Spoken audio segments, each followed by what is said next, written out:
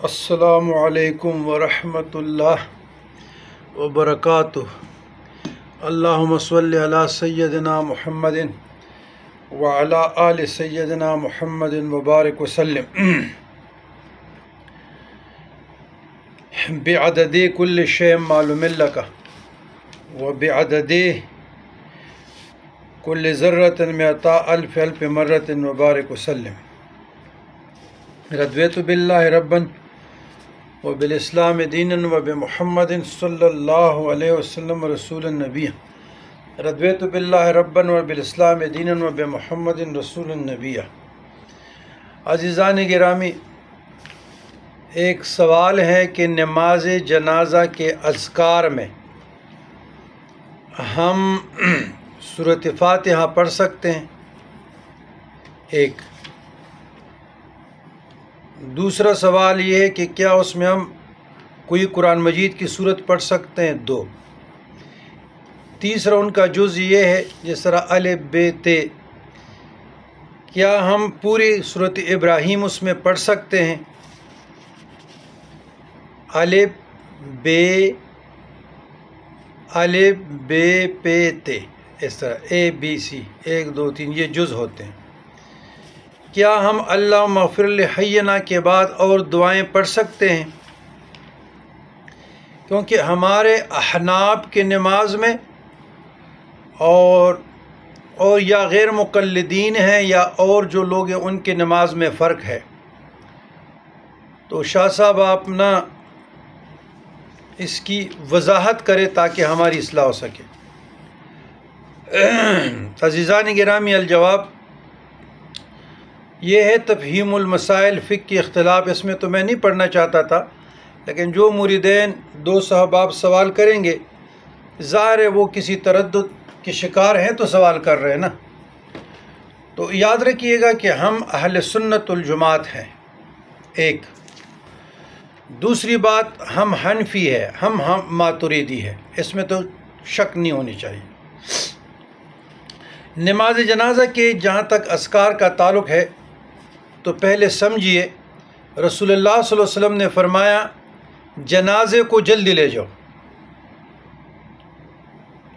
اگر وہ نیک ہے تو تم اسے بہت بہتر جگہ کی طرف لے جا رہے ہیں، اور اگر وہ بد ہیں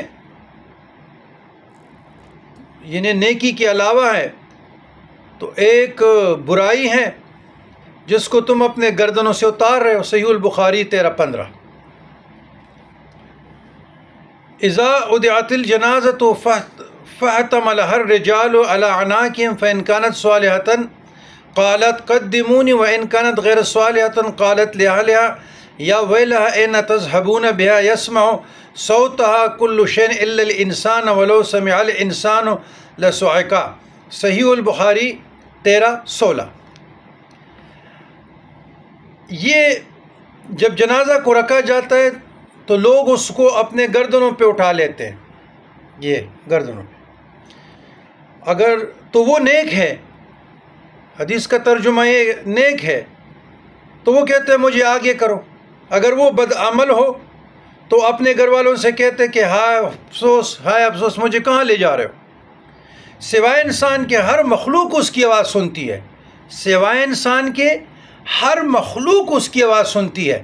یاد رکھیں یہ حدیث بخاری ہے، سوائے انسان کے ہر مخلوق اس مردہ کی آواز سنتی ہے۔ یہاں سے حیات کا مسئلہ آ رہا ہے، ما بعد الحیات۔ جو لوگ حیات النبی کے منکر ہے، اخروی زندگی کے منکر ہے، عذاب قبر کے منکر ہے، اور جو یہ قبروں میں جو تشریف فرما ہے، جو اللہ نے جس حیت میں رکھا ہے اپنے عبادات میں مشغول ہے، یہ اس کے منکر ہے۔ تو یہاں حدیث کے الفاظ کیا ہے؟ یا ویلا ان تذهبون بها يسمع صوتها كل شيء الا الانسان ولو سمع الانسان لصعق۔ صحیح البخاری 13-16۔ سوائے انسان کے ہر مخلوق اس مردے کی آواز سنتی ہے، اور اگر انسان سن لے تو وہ غشی کھا کر گر جائے، بے ہوش ہو جائے۔ تو یاد رکھیے گا ہر مسلمان کا جب سفر آخرت شروع ہوتا ہے تو تمام مسلمان جمع ہو کر نماز جنازہ کی صورت میں اس کے لیے بخشش اور مغفرت کی دعائیں کرتے ہیں، دعائیں مغفرت کرتے ہیں، دعائیں بخشش کرتے ہیں۔ پرشدہ ہونے والے مسلمانوں کا حق ہے کہ اس کی نماز جنازہ میں شریک ہو جائے۔ نماز جنازہ میں شریک ہونے والوں کو احد پہاڑ کے برابر ثواب دیا جاتا ہے۔ نماز جنازہ پڑھتے ہوئے اور جنازگاہ میں چند آداب کا خیال رکھیں۔ اپنے مسلمان بھائی کی نماز جنازہ پوری توجہ سے پڑھیں۔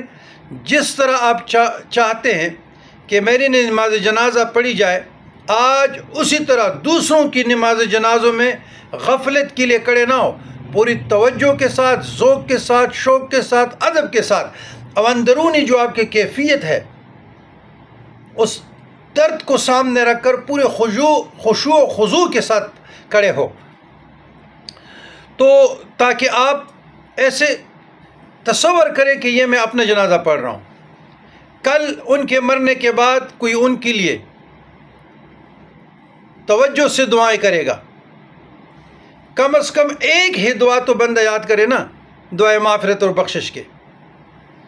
تو یاد رکھیے، جنازگاہ میں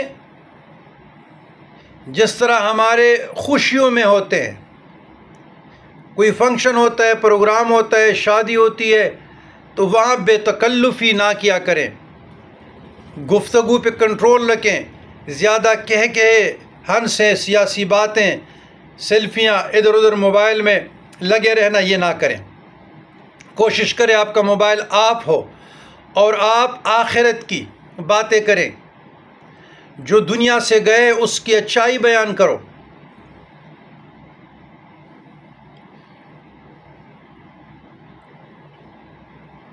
پھر جب جنازہ ہو جاتا ہے، آپ جائیں اس کے قبر پہ اور وہاں پہ آپ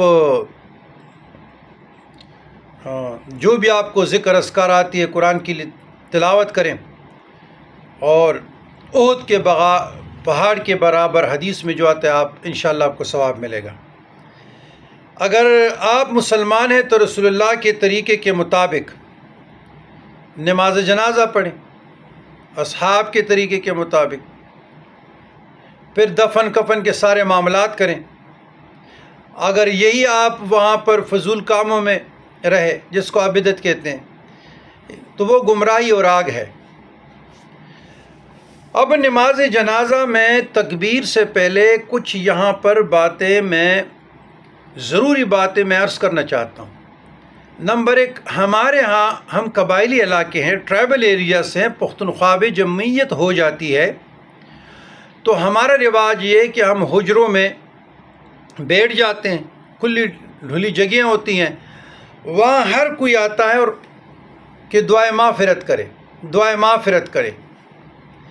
پھر اس کے بعد میت دفنانے کے بعد بھی یہ سلسلہ 3 دن تک تو مسٹ ہے، چونکہ قبائلی لوگ دور دور سے لوگ آتے ہیں، تو 40 دن تک یہ معاملات چلتے رہتے ہیں، اور اس کی فاتحہ، ان کی تعزیت ہم قبول کرتے ہیں کیونکہ وہ دور رہتے ہیں۔ تو یہاں پر جو بعض سلفی حضرات ہیں، جس طرح ہمارے یہاں فیصل آباد میں ایک شخص کا اہل حدیث تھا، بیٹا فوت ہوا، تو میں نے قرآن مجید فرقان حمید کی، اسی وقت مجھے پتہ چلا، میں فرنٹیئر سے آ رہا تھا، گھر آ رہا تھا، تو وہاں پر میں رک گیا، میں نے فاتحہ پڑھی، اور فاتحہ میں یہ ہے کہ سورہ نصر پڑھی۔